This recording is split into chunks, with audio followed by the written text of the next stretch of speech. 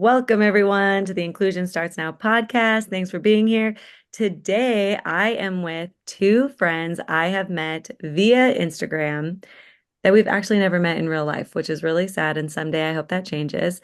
But we have Megan Kraft and Keylonda Wheeler, two I want to say self-published authors too, maybe not self-published, both authors of children's books with disability representation. They're both amazing and everyone should follow them on social media. I feel like I repost you guys all the time. But I guess I should probably start doing it more again. That's really that it. But anyways, we are here to talk about Megan reached out to me and told me she has this topic to talk about. And I was like, I'm gonna get a couple of us together this time. Um, Before we talk about that, do you guys want to introduce yourself? I'm Megan Awesome. Kraft. I'm a speech pathologist. I am now in the clinical setting, which has been a dream. Love it. And yes, as you mentioned, I have self-published a few books. All of my characters are based around children or adults that I've worked with. And my series started in the clinic, and so now it's neat to be back in the clinic. So yeah, it's like a full circle moment. Nice. I'm Keylonda Wheeler. I am also a speech language pathologist, and as Kayla shared, in the author, my children's book series is The Inclusive Crew, and it's centered around bringing awareness and acceptance to differences and disabilities of all sorts. And I love both of your guys. Okay, wait, Megan, you have two books out? No, three. I think I I have have three of three. your books. Okay. And then Keylonda, I only have two of your books, but you have come out with a third one. Yes. So I need to get my stuff together and go buy that book. I will put all of the links in like show notes and stuff so everyone can find you guys. Okay. Thank you for the introductions. But Megan said that she had a topic come up to her at work from a parent. We have no idea what it's going to be about, but we are going to have a very heated discussion where we just like yell at the camera for the next 25-ish minutes. Okay, I'm I don't think it's going to be heated. I'm actually kind of excited. Um, okay, so let me set the scene. So I'm doing a reevaluation on this little girl, and this mom has four kids on the spectrum, and I'm reevaluating her youngest one. So we do all the talking, we do all of the going through her IEP, going through her goals, going through what she wants in therapy, what, therapy will continue to look like. And she looked at me and she goes, I just want to talk to you more about my daughter's features. And I was like, features? She's like, yeah, when you look at all four of my kids, they have very different features. And I'm like, okay. So when you think about features, my mind instantly goes to like a car. Tell me about the features. It's like the best things about the car, right? Or if a movie is featuring someone, it's like, oh, this is like a really good person. So in that My first thought moment, went to body features. yes, that's where my mind So went too. But she kept talking and she was highlighting the features of all four of her children. And I just kind of soaked in that moment. And I was like, what if we started thinking about features, not the way we look, but like our special features that make us that, like, not more accepting, but more invigorating, more like exciting to talk about. Because when you think about like, oh, who's being featured in a movie, you get really excited. You're like, oh, I wonder who it's going to be about. Like, what if we took that stance on kids and adults and we're like, oh, I wonder what their features are. Like, this kid really enjoys, I don't know, a specific type of toy, and that becomes like a feature of them. Like, that's something that gets you excited and makes you hone in on them versus like a negative aspect. So I have been like had this bottled up inside of me for well, just like a few months. But like, what are your thoughts on seeing others and like their features per se, not the way that we look, but like features as in an aspect? I'm all for this. I feel like it was certainly like my goal with my very first book, I was like, let's just get it out of here with the title. It's These Guys' Friend on Wheels. Now, she's also amazing. Here, she's an actress, all these things. So I feel like, start centering a personality, what qualities about them, make them someone that you would want to befriend, someone that you would want to learn more about, like the intriguing things about them that aren't easily observable is like my jam. I'm all for it. Yeah. The first thing it made me think of was like how IEPs have the language of present levels and then it's like strengths and challenges. I felt like it was a more positive way of saying, or I guess like kind of encouraging people to think more positively of like, it's not just present levels or, like how do we change our mindset to be more positive when we're thinking about our students and our children? How do we think like, oh yeah, they like love to be the center of attention or they love to act, they love to perform, they love like I think that's such a positive language change that Hmm. yeah. I want to try to think of like what could someone say that would be negative about this? Because I am always like, there's so many times where I'm like, oh, I love this idea. And then all of a sudden I'll see comments where I'm like, what? Like, where? Well, that's why I'm so scared because it's like I literally stopped in that moment after she had described all of the beautiful features of all four of her children. And, one, she spoke about his height. The other one, she spoke about like her preferences on foods and how when they go to restaurants, she gets to pick and then she picks for the family. So it's like these different specific characteristics and features of her kids that she loves and wants other people to cherish. And so I was like, man, if I started looking and taking into account like different kids or adults features, it'd be like I don't know, just a cooler way to imagine them, I guess, or soak it in. I don't know. Yeah. Well, I feel like a lot of times, like with assessments and IEPs, grades, it's like we're constantly focusing on what they're not doing. And it's, that like celebrate those small wins. Like people say that all the time, but it seems to be a lot harder to actually do. I think people are like afraid that if we're like, wow, you're reading so well, like they're not going to keep pushing themselves to read more. Or it's like, Yeah. wow, you got that speech sound. And then it's like, I graduated speech. And it's like, no, you're like, how do we make sure kids are still motivated? Actually, I'm going to keep talking now. There's I can't remember where I heard this, but it talked about when kids are like performing a task, instead of like when they finish it, instead of telling them like great job at finishing it, you should say like, wow, I saw you working so hard. Like you really were using your brain to figure out how to solve that. And instead of like congratulating them on finishing, congratulating like the process because yeah, I'm think that's just so important. Yeah, I agree. And then, like back in graduate school, they taught us not to just always say good job or way to go. So that's like a great thing to continue. My favorite is, oh my gosh, did you see what you just did? Like you put that block on top. Or did you hear yourself? You just said, like, I did it. Like kind of pointing out all of the things that they're probably missing, not realizing that they're doing it. Yeah. Yeah, we had to read something. I was trying to see if I could pull it up really quickly of the exact article title because I might mess it up. But it was something like 10 reasons or 9 reasons. It was one of those numbers to stop saying good job.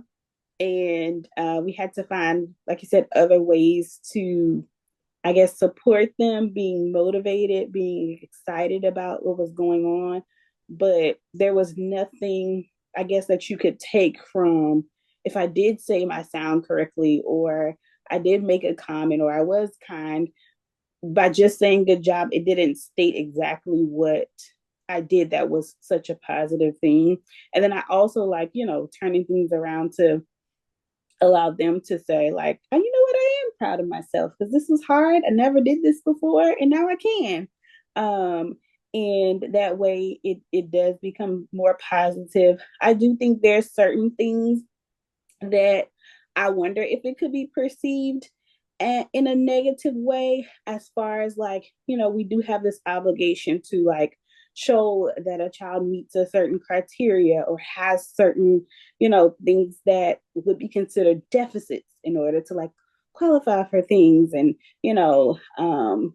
so I think, there's like that added pressure when it comes to like reporting all these things that make you wonder, like, if I sound too positive, will it sound like they don't Ooh, need me? Because that's not the case.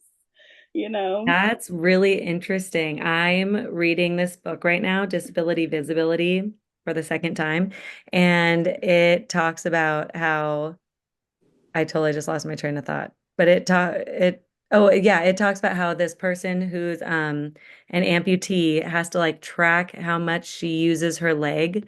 So her insurance company can basically approve that like she uses it enough that it's like worth the money.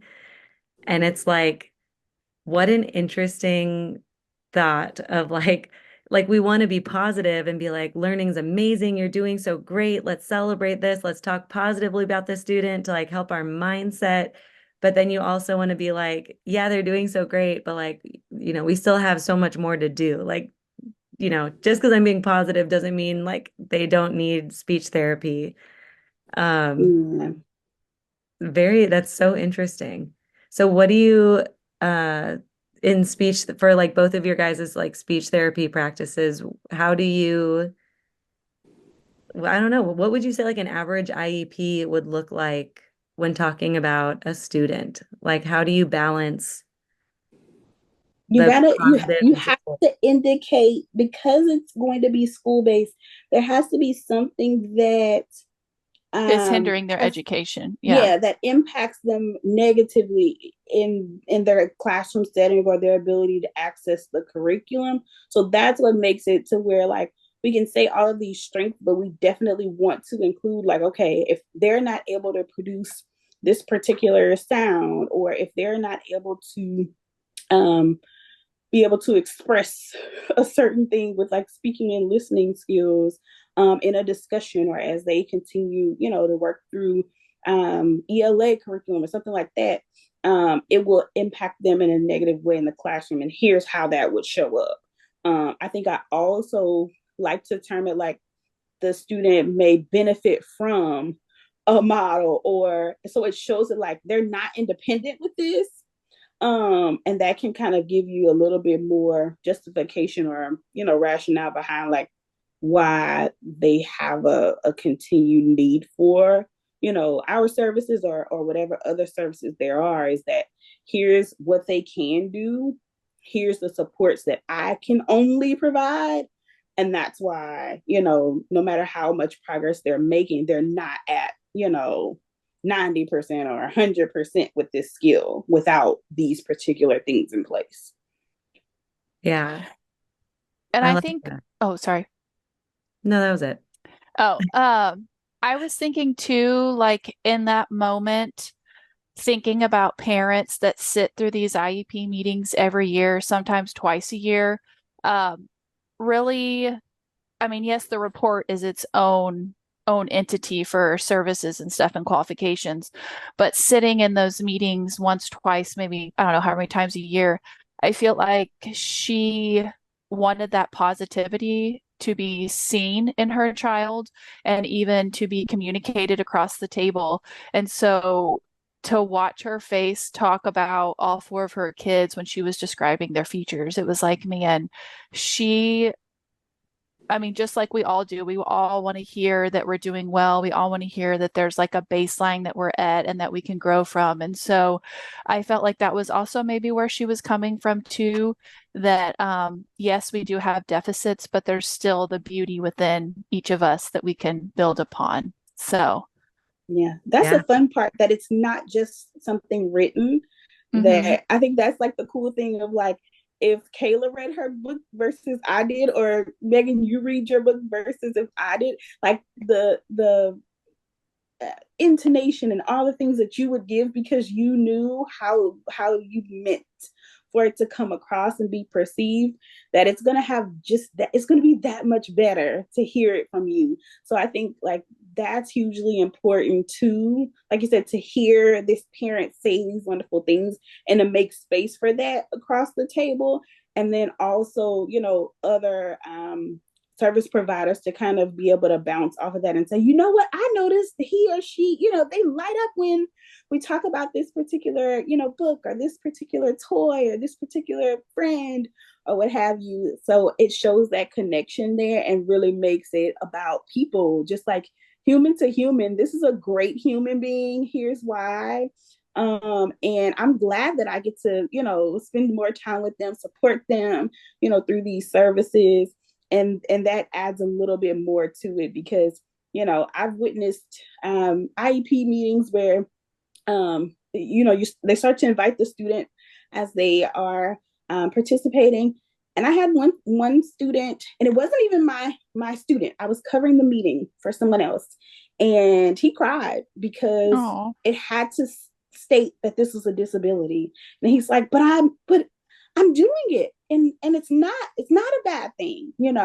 And so for me to have an opportunity to say, like, this is my first time meeting this child, I am so incredibly proud of you. Like, you don't have to feel like this is a bad thing. This is just so that we can make sure that you have everything you need for school and that you have the supports that you need. And everyone, and his speech therapist that had been working with him, I was like, that's how she gets to work with you, and really just encourage him, in a way, because he was perceiving that, label as such a bad thing. But if we think about it, it's because we focus so much on the deficits, and he wanted to focus on his progress and the things that he could do. oh, I was Yeah. gonna ask if you guys have ever been to a child-led IEP or an IEP meeting where the child is there. Because I've never been at a meeting where a child is like actively involved in their IEP. And I kind of wish I did. It wasn't like really a priority at the time. But because I also felt like if a child was there, then everyone else would make sure that they're actually talking about supports and like how to keep it more positive. Because when the child is not there, I feel like sometimes it does become kind of this like we're talking about all these behaviors, but like nothing helpful is coming out of it. Um, Megan, have you ever been to an IEP where the kid is there too? I have when I did a high school setting, and then here Mhm. recently I did some with middle schoolers. I would say the ones with high schoolers are more productive because they're somewhat more aware of what's going on and they have more of a voice.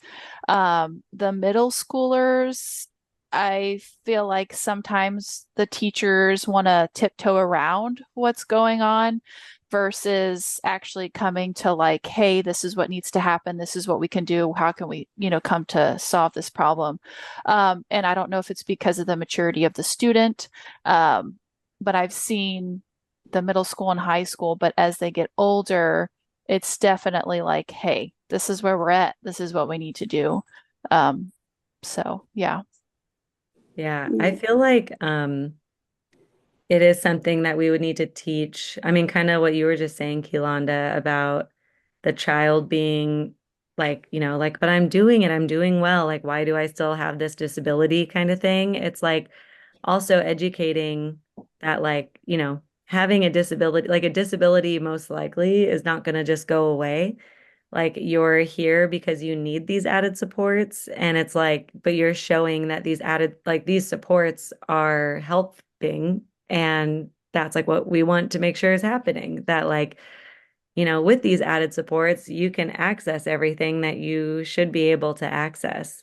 Um, which I just think is so cool. I wish I could I don't know, maybe someday I'll get really bored being at home and I'm gonna just go back into the school world so I can do child-led IEPs. I I will saw say, more. oh, go ahead. Oh, go ahead. Oh, I was gonna say I do wish that all kids could be in them because once kids realize once their accommodations are, I feel like the light bulb goes off like, oh my gosh, this is a support I have, or oh my gosh, this is something I can ask for. So that's been eye-opening for when kids sit in and they're like, whoa, mom, I didn't know, like they have it and it's their support in the classroom, but it's more aware to them after they've heard it. Yeah, it certainly depends on the family and how much of, those difficulties and, different diagnoses have been shared with them, because I have had meetings where the student couldn't have been there because the parents, for whatever reason, didn't share all of the, details Mhm. with the students. I found that compared to my years of practicing in public schools, traditional brick and mortar versus virtual schools, it just lended itself to students participating more, because it was, the school setting was their home. So they were there sometimes, the times that it was scheduled and things like that, during their school day. Um, and family members being at home who were their learning coaches and things like that, it just lended to them being there, and rather than them like hearing in the background, it just worked out to where a lot of times they would be able to, at least like you said, sit, listen, talk about which accommodations they actually were using, and which ones were actually helpful and things like that. um, and sometimes even, goals and things like that and progress that they've made, they would be able to kind of hear those positive things, Yeah. which was really nice. But I think that was how I kind of got a couple more meetings under my belt with students actually present and actually, having a voice and being involved in it when they could. And I want to say that student was maybe like fifth grade. He wasn't middle or high school, but he was like super, involved with it, which was Yeah. a remarkable thing. I mean, just think about like the different kind of pride that you'd have if like you were told from the beginning, like this is the disability that you have and like you're still amazing and look what you can do. Because like so the question I just wrote down was, have you guys met any families where the parents did not want to tell the child their diagnosis? I personally knew a family that did not want to tell their kids, and their children were they knew that they were deaf, or hard of hearing. They did not know that they were also losing their vision. But I feel like parents not telling kids about their disability is like detrimental to the kids, because then even when the kids do now learn about their disability, it's like they know that their parents, I mean, were ashamed or were like, didn't know how to handle it. And I think that could be like a really hard thing for a child to try to go through, too. So I don't know. What do you guys think about that? I need to see if I can find the psychological band that I used to have, like when parents go through like grief, denial, acceptance, and things like that. Sometimes I wonder if, especially the parent, because I've only had a few that don't want their kids to know, and they are adamant, like, Yeah. we're not Yeah. speaking the word, we're not spelling the word, we're not doing. And so it makes me wonder if they're in that process of denial and grieving at the same time. And then maybe once they get to the acceptance, then they're more open to it. But then I feel bad for the student, like you said, Kayla, once they do find out, then it's like, how do you trust your parent? Like what else is your parent keeping from you? And so, but it's all like, I don't know. There's so many different things that go into so many different, but as a student, I think I would rather know, because there's just a huge trust that could be broken, especially as you get older if your parents have kept it from you for so long.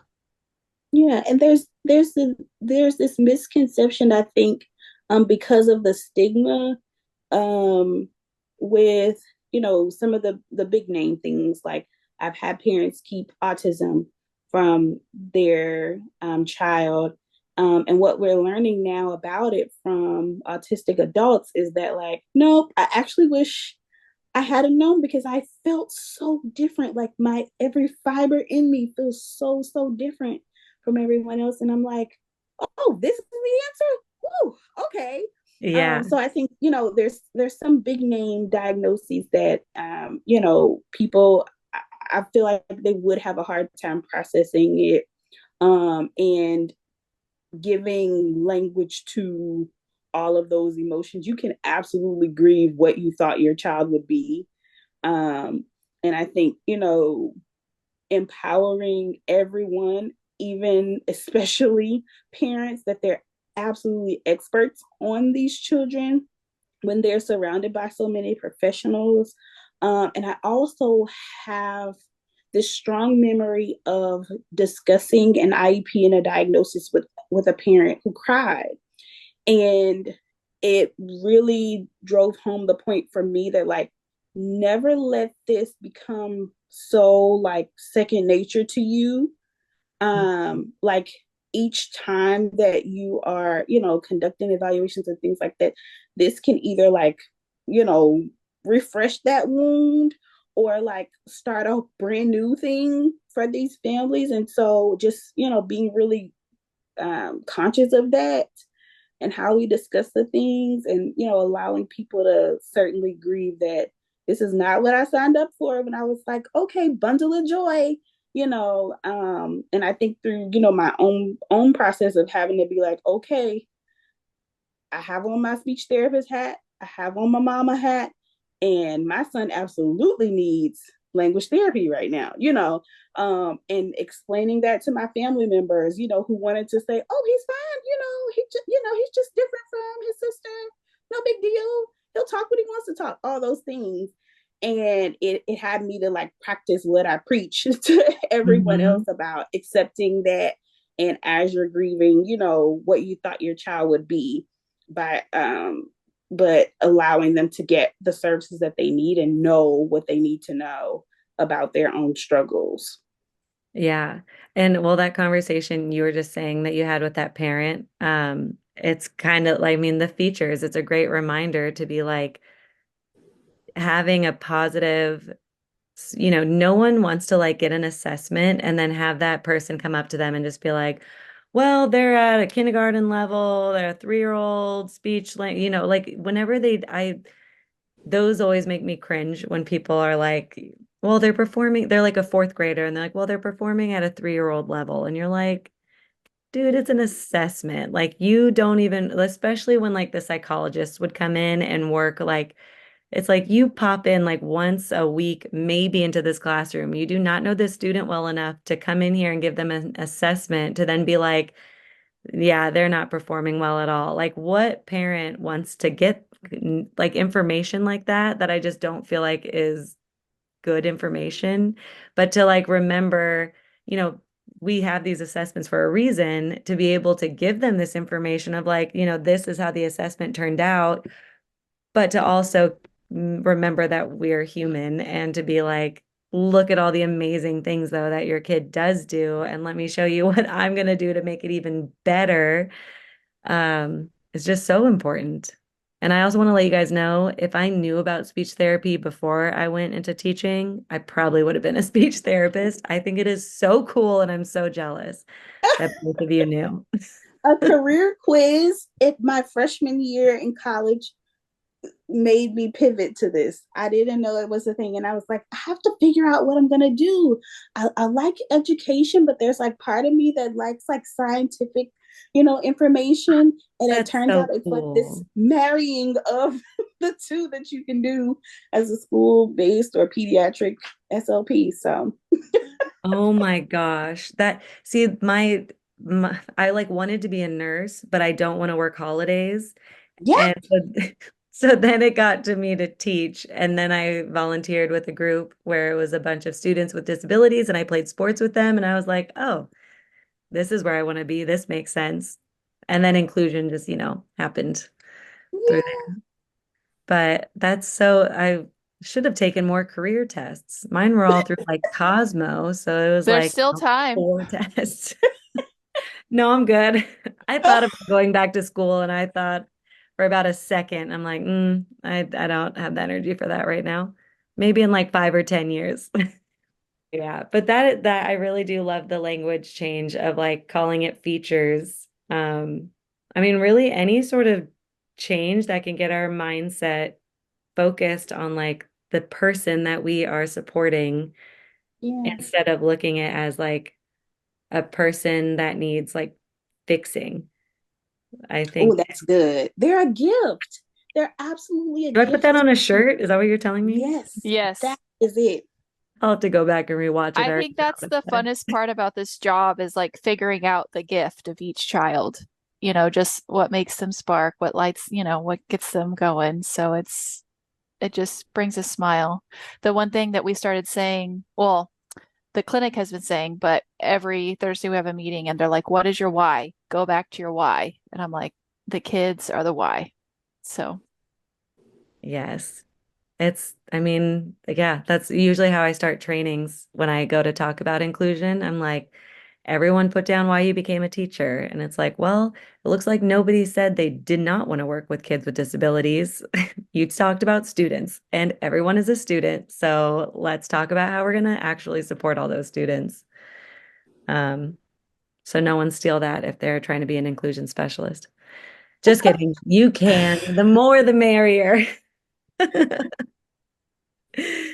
Okay, I've been trying so hard to keep these around 30-ish minutes, and we are just about to hit 30-ish minutes. Do you guys have any amazing tips or things that you want to say to anybody who could possibly be listening to this? No pressure, as I did not tell you before. I'll edit out if you guys want to think about it for like a second. I can edit out our pause to think. No, I'll go. I always share this. Language is so powerful. A lot of people like to I don't know, negate it a little bit. Like I just said this, I just said that. It's so powerful that we can literally create anything with the words that we speak. And so no matter how you communicate, um, remember the power behind the words that we say and the language that we use. And I think, just being conscious of that power that you hold, whether it's in the tip of your finger or the gaze of your eyes or your facial expressions, the gestures, your hands, whatever you're using, like just know how much you have the ability to impact someone else's life with what you say. And I think you'll be more careful of what you say, and realize that the things we don't are just as important too. So yeah, words have power. Always speak life, positivity, what we've just been saying here today. Speak about those strengths and about those gifts, and it comes back to you. Yes, I love that. What a great. I just read a book that talked about like even if you say it and you say it's a joke, like you still said it. So Yes. it's like that's still like anything you say is powerful, even if you like just say you're kidding or whatever. Oh, words are powerful. Okay, I love that. Megan, no pressure. I was Are going you to say, gonna how am one I up supposed that? to follow that?